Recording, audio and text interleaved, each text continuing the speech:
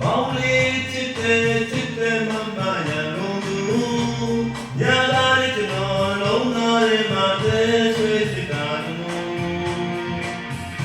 စင်နာလေးပေးသူစင်မချစ်တွေနဲ့သူခေါင်းစစ်ချစ်နေမဲ့သူမမရံကုန်သူတွေ့တဲ့ချစ်သူညလာ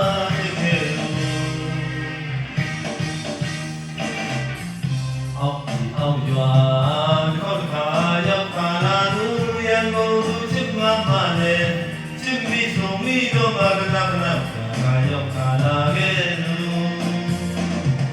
ရွာကမေတဲ့ဘာကိုတောင်းဒီတောင်းပြလို့ရွှေလက်စုကလေးချုပ်ကပြေးစိတ်ချပြေးလေးလာတဲ့သူဒီရန်ကုန်သူ